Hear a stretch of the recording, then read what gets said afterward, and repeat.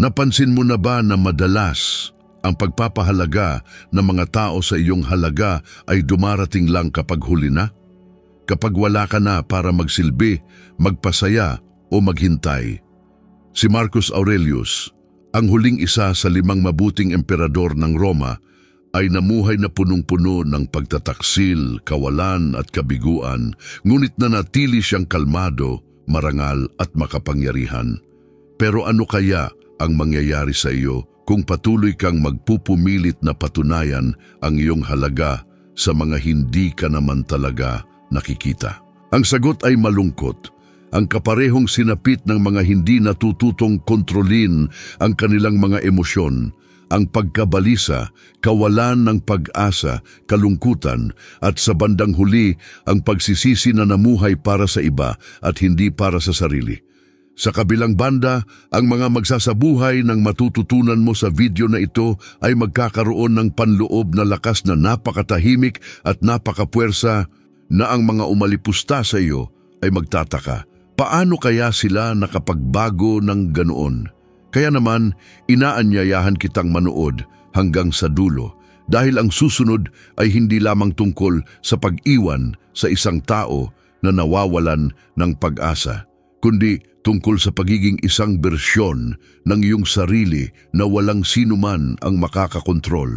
May taglay na kapangyarihan ang katahimikan na hindi kailanman lubos na mauunawaan ng karamihan hanggat hindi nila personal na nararanasan ang kaya nitong gawin.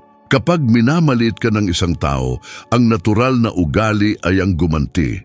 Gustong patunayan ang iyong halaga, ipaliwanag ang iyong damdamin at bigyang katwiran ang iyong mga kilos. Ngunit doon mismo sila nawawalan ng kontrol sa sarili. Dahil habang mas marami kang sinasabi, mas marami kang ibinibigay na bala sa mga taong wala ng paggalang sa iyo. Lubos na naunawaan ito ni Marcus Aurelius nang isinulat niya na ang pinakamainam na paghihiganti ay ang hindi maging tulad ng iyong kaaway. Ang katahimikan sa ganitong diwa ay hindi kawalan ng boses. Ito ay ang presensya ng kontrol.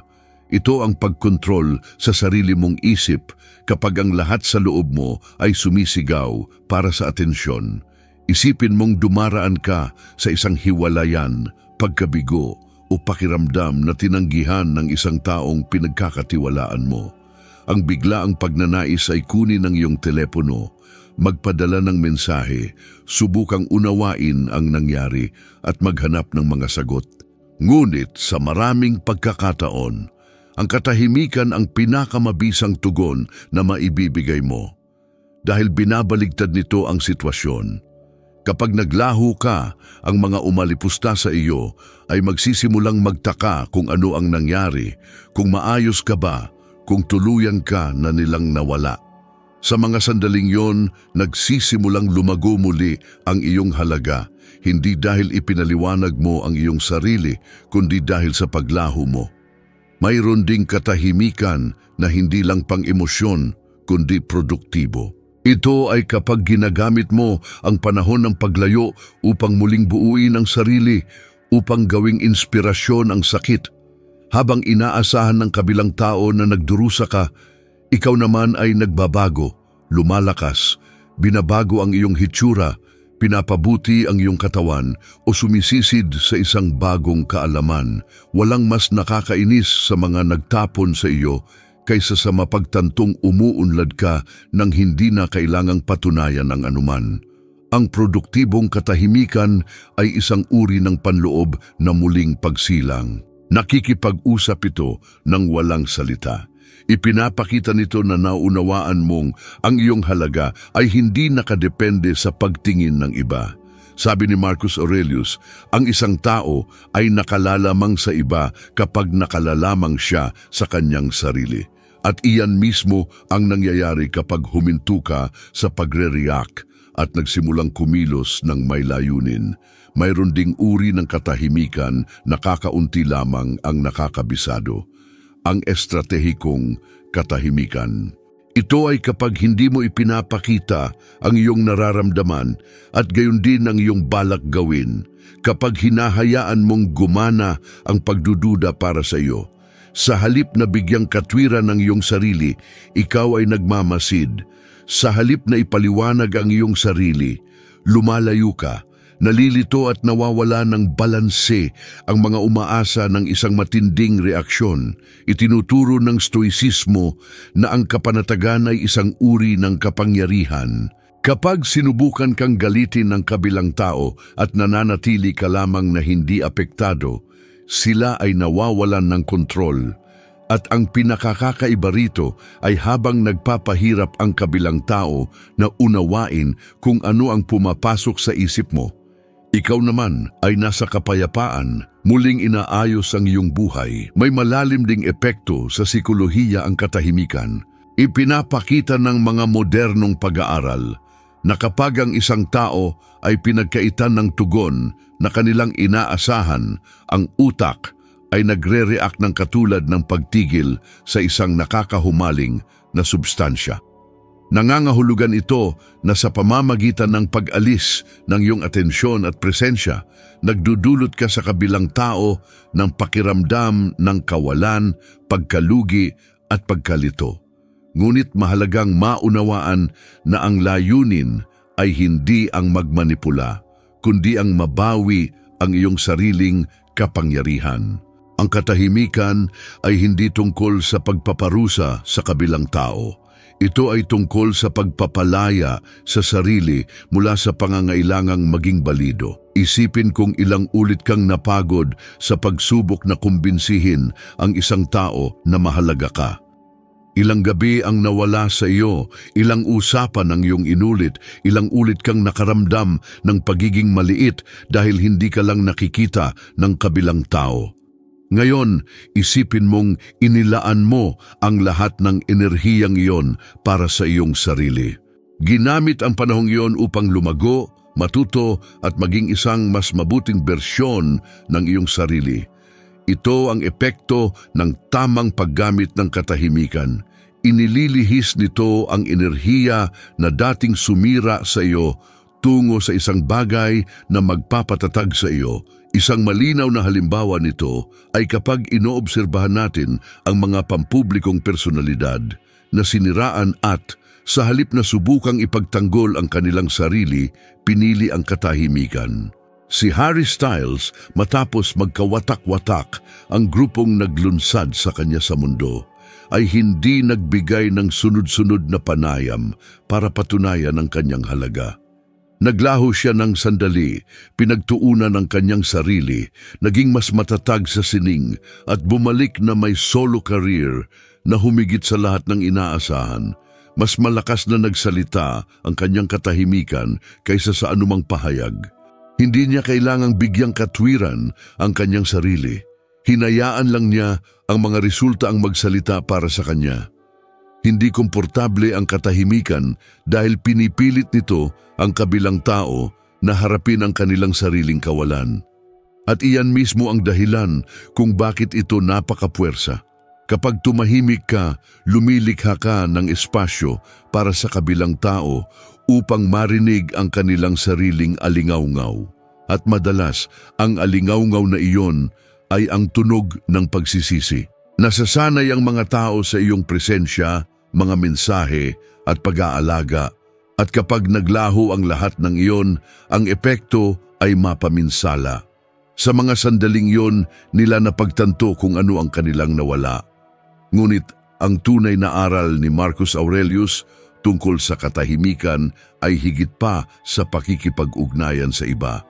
Sinabi niya na ang taong nagtatagumpay sa kanyang mga hilig ay mas makapangyarihan kaysa sa sumasakop sa isang syudad. Ang katahimikan ang pagsasanay para sa pagkontrol na ito. Ito ang pagsasanay sa pagpigil ng simbuyo, sa paghinga bago mag-react, sa pagpili ng kapanatagan kahit na tila hinihingi ng lahat ang kabaligtaran. Ito ang espasyo kung saan mo nababawi ang kontrol sa iyong sarili. Dahil habang nagsasalita ka, nagkakalat ang iyong enerhiya. Kapag tahimik ka, Nagkokonsentra ka sa mundo ngayon kung saan ang lahat ay pagpapakita, kung saan ang bawat kaisipan ay ipinopost at ang bawat damdamin ay ibinabahagi, ang katahimikan ay naging isang uri ng paghihimagsik. Ang manatiling tahimik ay ang labanan, ang patuloy na pangangailangang patunayan ang anuman. Ito ay ang tumingin sa loob at unawain na ang sinumang kailangang makakita ay makakakita. Ang sinumang kailangang umunawa ay uunawa. At ang sinumang ayaw makakita, wala rin itong magiging epekto. Ang katahimikan ang wika ng kalakasan. Sa makatuwid, sa susunod na minamaliit ka ng isang tao, huwag mag-react gamit ang mga salita at huwag ding magpaliwanag, tumugon sa pamamagitan ng pagkawala. Hayaan ang katahimikan ang magsalita para sa iyo. At habang umalingaw-ngaw ito sa isip ng nawalan sa iyo, ikaw naman ay lumalago, nagiging matatag at nagbabago. Ito ang uri ng kapangyarihang itinuro ni Marcus Aurelius nang hindi na kailangan ng isang salita. Ang kapangyarihang gawing karunungan ang kawalan at tagumpay ang katahimikan. Ang pagkakawalay loob ay isa sa pinakamahirap na birtud na makamit, ngunit isa rin sa pinakamalalaya. Sabi ni Marcus Aurelius, may kapangyarihan ang tao sa sarili niyang isip, ngunit wala sa mga panlabas na pangyayari. Ang pag-unawa rito ang unang hakbang upang palayain ang sarili mula sa sakit ng hindi pagpapahalaga. Dahil, sa totoo lang, ang pagdurusa ay hindi nagmumula sa ginagawa ng iba sa iyo, kundi sa kung paano ka tumugon sa kanilang ginagawa. Nagsisimula ang pagkakawalay loob kapag tumigil ka sa pagsubok na kontrolin ang hindi kailanman nasa iyong kamay. Maraming tao ang naglalaan ng kanilang buhay sa pagsubok na makita, mapili at mahalin ng mga taong malinaw nang nagpakita na ayaw manatili. At habang mas nagpupumilit sila, mas nawawalan sila ng sariling halaga. Para bang lumilikha ang isip ng isang siklo ng pagdedepende, naghahanap ng mga mumo ng atensyon at ipinagkakamali iyon sa pag-ibig. Ngunit kapag sa wakas ay nagpasya kang kumawala, kapag tinanggap mong wala kang kapangyarihan sa puso ng sinuman, isang pakiramdam ng gaan ang lumilitaw na matagal mo nang hindi nararamdaman. Ito ang sandali na napagtanto mong ang nagbibihag sa iyo ay hindi ang kabilang tao, kundi ang takot na mapag-isa. Ang emosyonal na pagkakawalay loob ay ang sining ng patuloy na pagmamahal, ngunit nang hindi na kailangang magmay-ari. Ito ay ang pagtingin sa nakaraan at hindi na nakakaramdam ng galit, kundi natuto lamang. Ito ay ang pag-unawa na ang bawat tao ay may ginagampanang papel at ang ilan ay dumating lamang upang turuan kang mas mahalin ang iyong sarili. Kapag napagtanto mo ito, naglalaho ang pagiging desperado na matanggap, ikaw ang nagiging sentro ng iyong balanse. Parang isang buhol sa loob mo ang sa wakas ay nakakalag, nagbibigay daan sa kapayapaan. Isang simpleng halimbawa nito ay makikita sa mga relasyon na nagtatapos ng masakit. Isang taong minamaliit ka, pinagtaksilan ka o ipinalit sa ibang tao. Ang natural na reaksyon ay ang gustong ipakita na mas mahusay ka, na ayos ka lang, na naka-move on ka na. Ngunit ang ganitong uri ng pag-uugali ay pagdedepende pa rin. Parang sinusubukan mong patunayan sa kabilang tao na masaya ka. Samantalang sa katotohanan, ang tunay na kalayaan ay ang hindi na kailangang patunayan ang anuman. Ang tunay na pagkakawalay loob ay nangyayari kapag kaya mong tingnan ang taong iyon at makaramdam lamang ng pasasalamat sa lahat ng iyong naranasan dahil alam mong natuto at lumago ka mula rito. Sa puntong ito, nagbabago ang balanse ng kapangyarihan.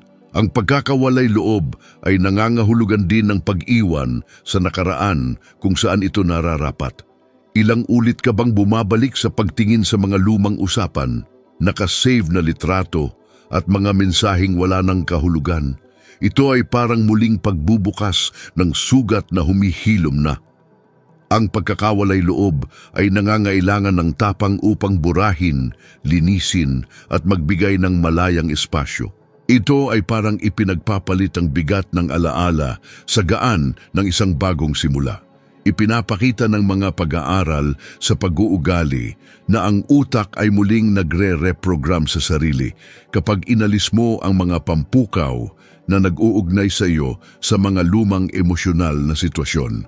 Bawat alaala na pinagpapasyahan mong bitawan ay nagbubukas ng espasyo para sa isang bagong bersyon ng iyong sarili. Ang social media ang kumakatawan sa pinakamalaking hamon sa modernong pagkakawalay loob.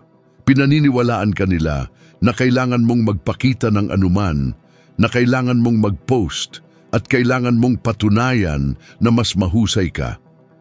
Pero kapag pilit kang nagpapapansin, lalo ka namang lumalayo sa tunay mong pagkatao. Para kang nabubuhay para lang sa sasabihin ng iba, imbes na mabuhay ng totoo para sa sarili mo. Ang pagiging malaya sa damdamin ay nangangahulugan ding pagbitaw sa ugaling magmayabang o magpakitang gilas. Ito ay tungkol sa pagtanggap sa sariling paglago nang hindi kailangan ng atensyon ng iba. Ayon kay Marcus Aurelius, ang kaligayahan mo sa buhay ay nakasalalay sa kalidad ng iyong mga iniisip.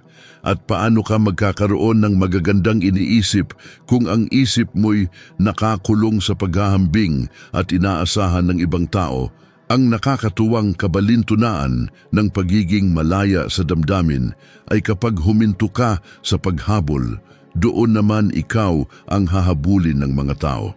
Kapag hindi mo na sila binibigyan ng atensyon, doon ka naman hahanap-hanapin ng mga taong nawalan sa iyo.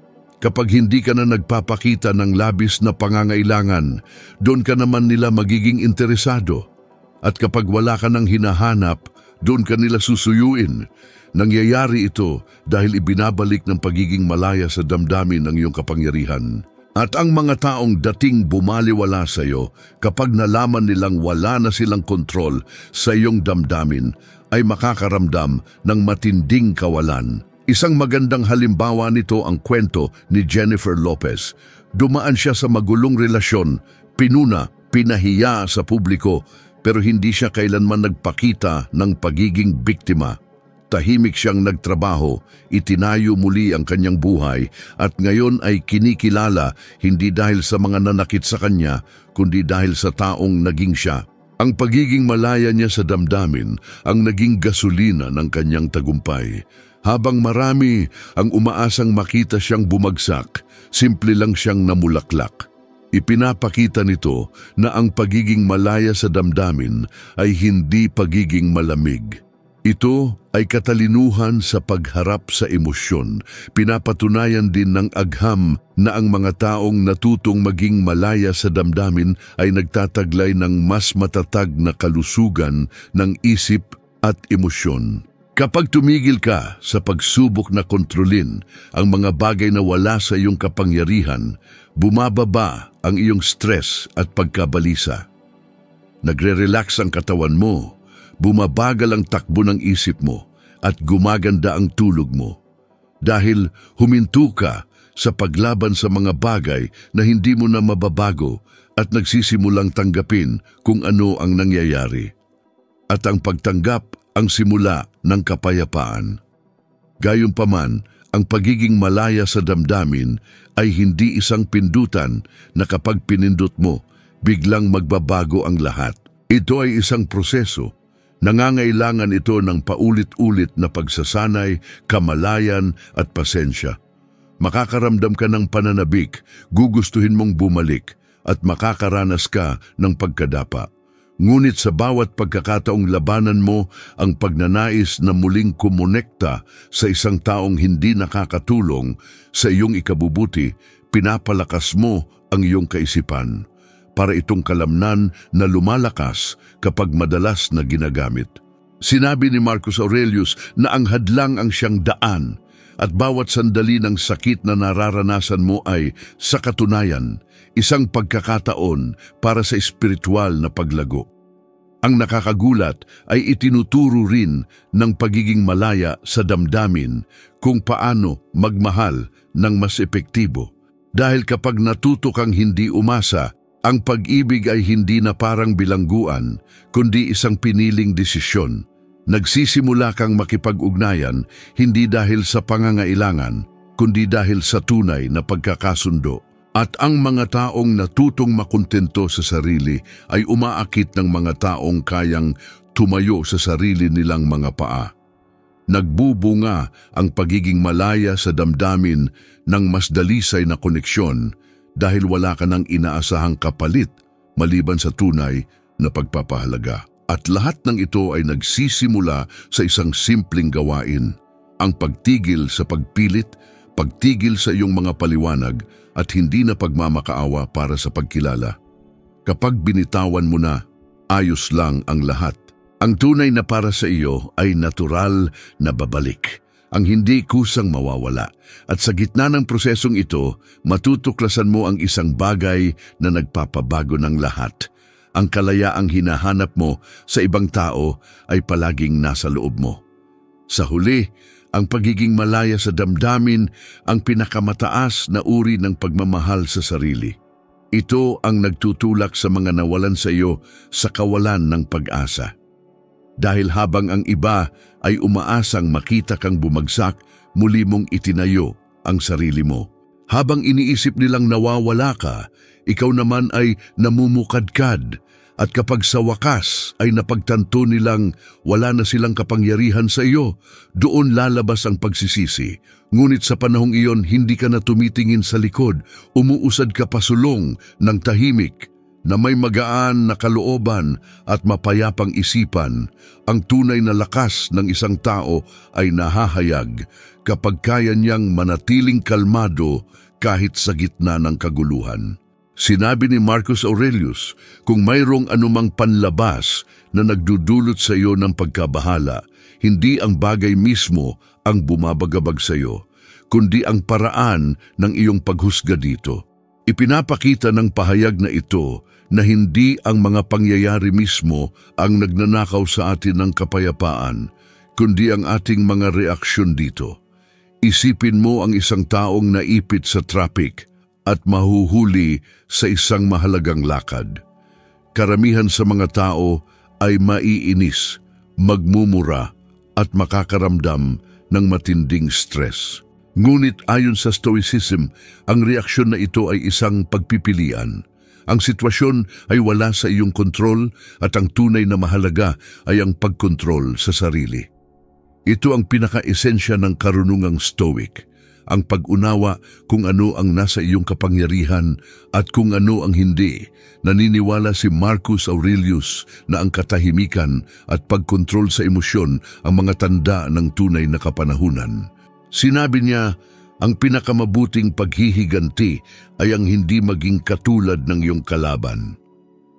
Sa madaling salita, kapag pinili mong kontrolin ang sarili mo sa halip na magpadala sa bugso ng damdamin, mas nakakaya mong umangat sa sitwasyon. Ang katahimikan sa kontekstong ito ay hindi kahinaan, kundi isang kapangyarihan. Ito ang pagpili na huwag agad-agad mag-react, magmasid bago kumilos, at huwag ipaubaya ang iyong kapayapaan sa kamay ng iba. Sa panahon ng labis na pagpapakita at patuloy na pagnanais na ilantad ang lahat, ang paglinang ng katahimikan ay nagiging isang malaking kalamangan. Habang marami ang nalilito sa kanilang sarili sa pagsisikap na patunayan ang kanilang halaga, ang mga kumikilos ng tahimik ay nagtatayo ng matibay na pundasyon, umuunlad ng walang abala at nakakagulat kapag lumalabas ang kanilang mga resulta. Sa katahimikan na ito, nakakahanap ng kalinawan ang isip at napapatatag ang kalooban. Hindi hinanap ni Marcus Aurelius ang palakpak. Ang hinanap niya ay ang pagiging tugma ng kanyang iniisip, nadarama at ginagawa. Ito ang tunay na tagumpay, ang pagkontrol sa sarili, ang pananatiling matatag, at ang patuloy na pag-usad kahit na ang mundo sa paligid ay tila nagkakagulo. Ang buhay ay isang tahimik na pagtatayo. Naunawaan ni Marcus Aurelius na ang tunay na pagkontrol ay hindi nakasalalay sa pagkontrol sa mundo, kundi sa pagkontrol sa sarili. Nang sabihin niya kung ano ang nangyayari sa bawat isa sa atin ay tinutukoy ng kabuuan ng kalikasan, ipinapaalala niya sa atin na ang lahat ng ating nararanasan ay bahagi ng isang mas malaking balanse, at ang paglaban dito ay nagpapahaba lamang ng pagdurusa. Itinuturo sa atin ng pananaw na ito na, sa halip na labanan ang mga sitwasyon, dapat tayong matutong sumabay sa agos na kumukuha ng aral mula sa bawat karanasan. Ang sikreto ay nakasalalay sa pagkilos ng may katahimikan kahit na ang kaguluhan ay tila nangingibabaw sa lahat ng nasa paligid natin. Ngayon, nabubuhay tayo sa panahon kung saan ang katahimikan ay halos isang paghihimagsik. Nagnanais ang mga tao ng agarang sagot, agarang pagkilala at patuloy na pagtanggap. Ang ingay sa labas ay napakatindi, naiilan lang ang nakakarinig sa sarili nilang isip. Ngunit sa katahimikan mismo, nagaganap ang tunay na paglago. Ang tahimik na pag-aayos ng iyong buhay ay isang kilos ng emosyonal na katalinuhan dahil inilalagay ka nito sa kontrol ng tanging bagay na tunay na mahalaga, ang iyong sarili. At ang sinumang nagkokontrol sa sarili ay nagiging hindi mahuhulaan, hindi matitinag, halos hindi mahawakan. Isipin mo ang isang taong binaliwala, minamaliit o pinahiya pa ng mga taong hindi nakakita sa kanyang halaga. Ang pinakakaraniwang reaksyon ay ang subukang patunayan ang isang bagay upang ipakita kung gaano sila nagbago, kung gaano sila umunlad, kung gaano sila bumuti. Ngunit ang mga nakakaunawa sa mga turo ni Marcus Aurelius ay hindi kailangang patunayan ang anumang bagay. Ang pinakadakilang pagpapakita ng lakas ay ang umusad ng tahimik, nakatuon sa paglago, pag-aaral at pagpapabuti ng hindi naghahanap ng palakpak. Ang ganitong uri ng saloobin ay lumilikha ng malalim na epekto dahil ipinapakita nito na ang iyong pagpapahalaga sa sarili ay hindi nakasalalay sa pagkilala ng ibang tao. Dito nagaganap ang tunay na pagbaliktad. Habang ang iba ay nagsasalita pa, ikaw naman ay kumikilos. Habang sinusubukan nilang intindihan kung paano ka nagtagumpay, patuloy kang umuusad at nakakabuo ng tunay na resulta. Ito ang hindi nakikitang kapangyarihan ng disiplina. Pinaninindigan ni Marcus Aurelius na ang pinakamabuting paghihiganti ay ang hindi maging katulad ng taong hindi makatarungan. Nangangahulugan ito na ang pinakamarunong na tugon sa pagtanggi, paghamak o anumang uri ng paghamak ay ang panatilihin ang iyong integridad at patuloy na kumilos ayon sa iyong mga prinsipyo kahit na walang sinumang kumikilala nito. Ang pinakamalaking pakinabang ay nangyayari kapag ginamit mo ang sakit bilang gasolina. Kapag minamaliit ka ng isang tao, ang iyong pagmamataas ay gustong patunayan silang mali.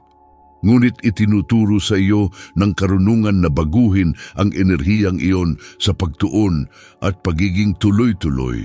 Ang tagumpay ay hindi nagmumula sa pagsigaw. Nagmumula ito sa katatagan.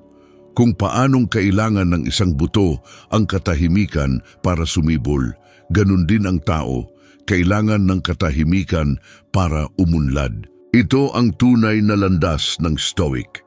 Ang lumago ng hindi kailangang makita, ang manakop ng hindi kailangang manghiya, at ang makahanap ng lakas kung saan karamihan ay nakikita lamang ang kahinaan. Sa isang maingay na mundo, ang mga natutong kumilos ng tahimik ay nagiging bihira, at ang bihirang bagay ay nagbubunga ng kuryosidad, respeto at hindi maiiwasan, paghanga. Nagsisimulang mapansin ng mga tao na may nagbago kahit hindi nila lubos na naiintindihan kung ano ito. At doon mismo nakasalalay ang kapangyarihan. Iniiwan mo ang mga hindi nagpahalaga sa iyo sa kawalan ng pag-asa, hindi dahil sa paghihiganti, kundi dahil ang iyong katahimikan ay naging kapayapaan at ang iyong kapayapaan ay naging mas mahalaga kaysa sa anumang pagkilala mula sa labas. Ang buhay ay isang serye ng tahimik na pagpili na humuhubog sa kung sino tayo. Habang marami ang nalilito sa kanilang sarili sa pagsisikap na patunayan ng isang bagay sa mundo, ang mga tunay na lumalago ay natutong kumilos nang hindi kailangan ng atensyon. Naunawaan ni Marcus Aurelius na ang tunay na lakas ay nagmumula sa pagkontrol sa sarili, hindi sa pagkontrol sa ibang tao. Kapag isa sa buhay mo ang mga aral na ito, magsisimula mong mapagtanto na hindi mo kailangang bigyang katwiran ang iyong sarili, makipagkumpetensya, o lalong hindi desperadong maghanap ng pansin. Mamuhay ka lang ng may integridad, pagiging tuloy-tuloy at kamalayan. Kung tumimo sa iyo ang mensaheng ito, pakishare ito sa isang espesyal na tao o sa isang naniniwala kang kailangan itong marinig ngayon. Taos-puso akong nagpapasalamat sa pagsubaybay mo hanggang sa huli at inaasahan kong makita ka sa susunod na video.